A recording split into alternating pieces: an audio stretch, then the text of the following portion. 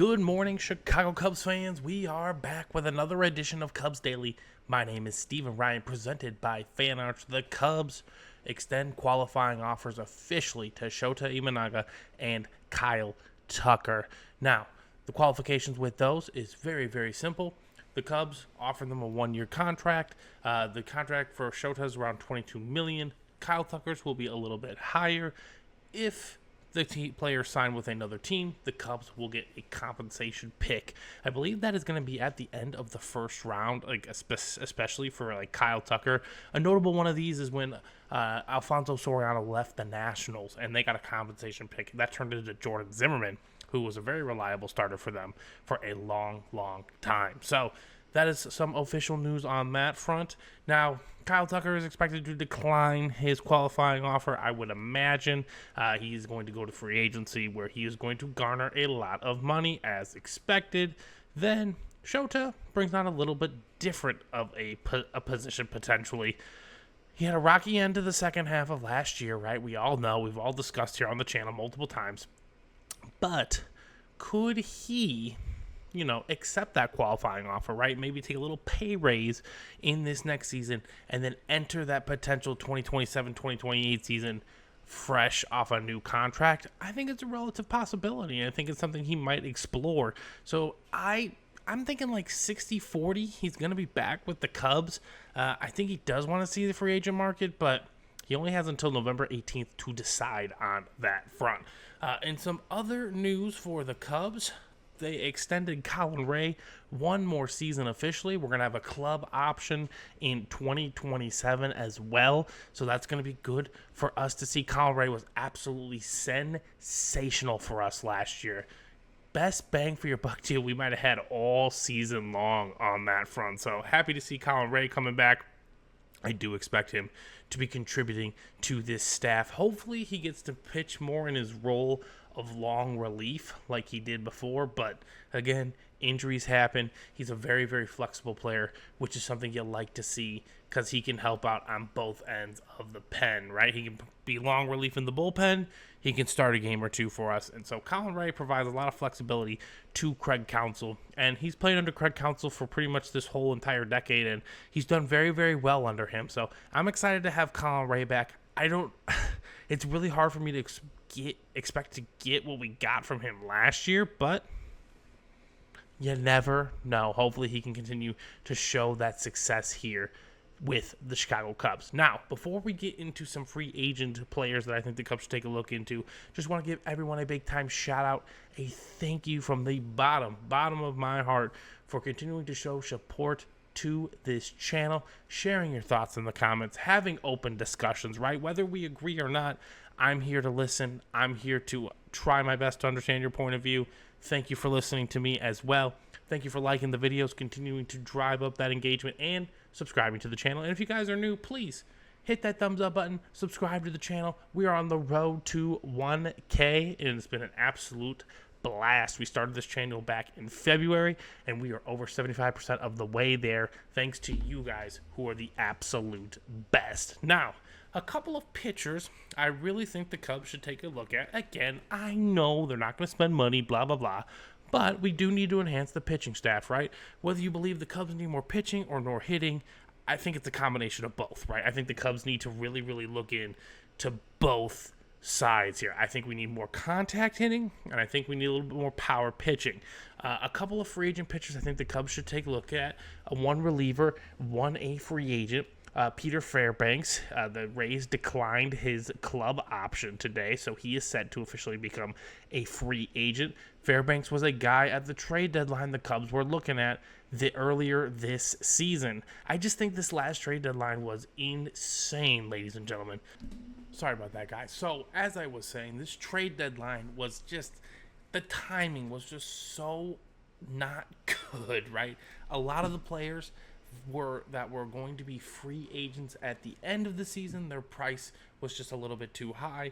And then we had a lot of players that had 2-year deals or 2 years left of control under their remaining team. And again, we know what that coincides with officially, and I'm guessing that was already a major turnoff for our front office, who doesn't want to just overspend on nothing, right? You don't want to you don't want to spend too much for no good reason. But again, just a lot of conflicting there. There really wasn't a guy who, the Cubs could get 1.5 seasons out of at the trade deadline. It was either you get 2.5 or you're getting a half of a season. And I think that sweet spot for what the Cubs wanted was 1.5 seasons. So it just didn't work out at the deadline in that sense. But again, Fairbanks is a guy the Cubs could look at in free agency, right? He's a little bit older, I believe, and he'll probably be on a 1 or 2 year deal. But again, you don't really want to do a 2-year deal because we all kind of know what's happening. So he might accept that 1-year deal, and that might be something that's really, really geared towards the Cubs. Fairbanks is a very, very solid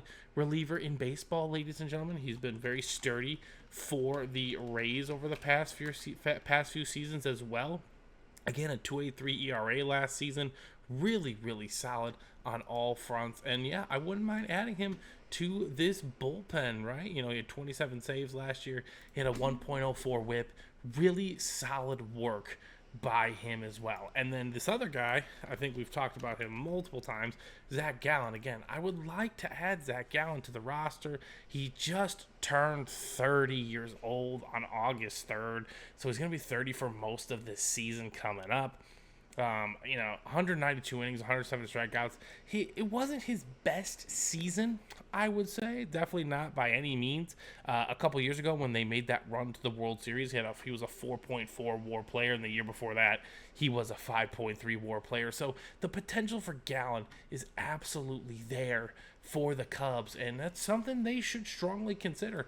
I'm not sure how much he's going to garner, especially given that he's kind of had a rocky past few seasons, but like I said, maybe that's what works in the Cubs' favor in this sense, right? Maybe they can get a 5-year deal out of him for only $115-20 million, which I think, which again, should be in the Cubs' ballpark.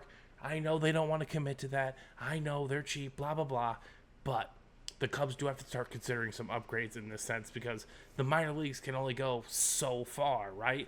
We like the prospect horde. We did at the trade deadline. Now we got to start making some decisions here.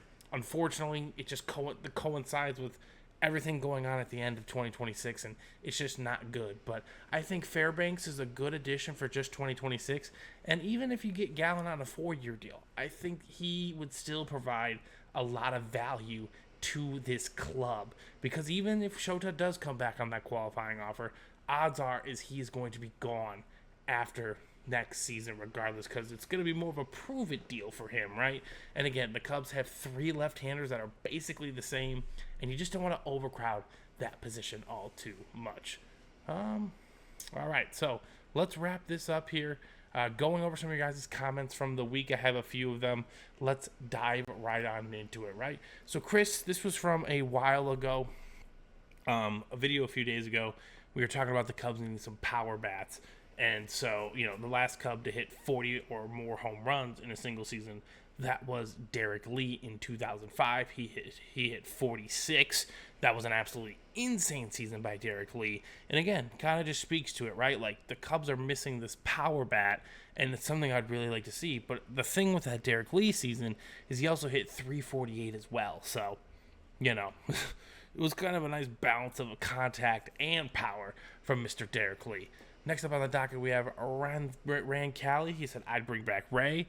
Shout out to you. They already did. Thielbar and especially Keller. Yes, I 100% agree. I think those guys would be absolutely great additions to this club.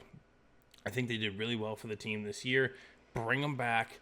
Let's see if we can kind of sustain the bullpen. We still need to add a few pieces, obviously. But again, I think those guys really, really do help with the ball club in that sense. And last but not least, Jeff's show. Let me know when the Cubs get someone of note. It doesn't happen. Dansby's type contract is the most they will ever do, and they regret that one. Well, Jeff, I just agree to disagree on that front. I think Dansby Swanson is doing just fine under that contract. You know what I'm saying? I think he's contributed very well to this organization. When you're getting a shortstop of, especially during that class, right? It was Carlos Correa, Trey Turner. I forgot there was another one as well. And then Dansby Swanson. It kind of felt like the Cubs got the 4th option out of that. But again, 7 years, 177 million. Dansby Swanson's been one of the most consistent players on this team for the past 3 seasons, and this was his best season at the plate. So I think if he can come in, give us that 3 to 4 or 5 WAR range, hit 20+ home runs, maybe drive in 60 to 80 runs, and play Gold Glove defense. That's exactly what this front office wants out of Dansby Swanson. So agree to disagree. Yes, that is one of the higher contracts the Cubs have ever signed in their tenure, in this recent history as a franchise. You're not wrong. The number one contract belongs to Jason Hayward, but again, I'm gonna sit here and believe it, and I'm gonna look dumb. I know I'm gonna look dumb, but I think if Jed and Mr. Ricketts genuinely believe this team has a chance to win the title, they will spend the money. I just don't think there was a move or series of moves that they could have made last year that would have put them over the top, even if they were to mortgage the farm in that sense. And I'm not sure if that's available in this offseason, right? There's a lot of moves to be made. I think the Cubs are a very high-quality trade candidate in that sense, kind of along the lines of how they got Kyle Tucker last year. But again, there's a lot left to be seen with this team, and there's a lot left to be done. They call it bargain hunting, but the Cubs have always been excellent at getting those bullpen guys to overperform the salary that they are paying them. And I expect to see it again next year. We're going to get another year improved of Danny Palencia. He's going to be more developed as well in that sense. So, hey, you know what? I'm excited to watch Cubs baseball another season, and we got a nice long offseason full of news and notes to get over. Just one final note. Cade Horton is a finalist for Rookie of the Year. So I am excited to see how that award plays out. Lots of Cubs awards. Kyle Tucker officially got a Silver Slugger, the second of his career. And it's kind of incredible to think about, right? That he did not have his best season by Kyle Tucker standard by any means, and he still won a Silver Slugger. So I know that's not going to mean anything on him coming back, but still cool to think about. He still performed at that quality of a level. And I'm still going to say it till I'm blue in the face. The Cubs need to go out and get a guy. They don't have to get Kyle Tucker. They don't have to sign Kyle Tucker. I get it. But they have to get someone like Kyle Tucker. And generally speaking, it costs money. Generally speaking, that stuff does cost money. So that's going to do it for today's edition of Cubs Daily. Again, ladies and gentlemen, if you guys are enjoying the content, hit that thumbs up button. Share with your friends. Subscribe to the channel. I hope you all have an excellent rest of your day.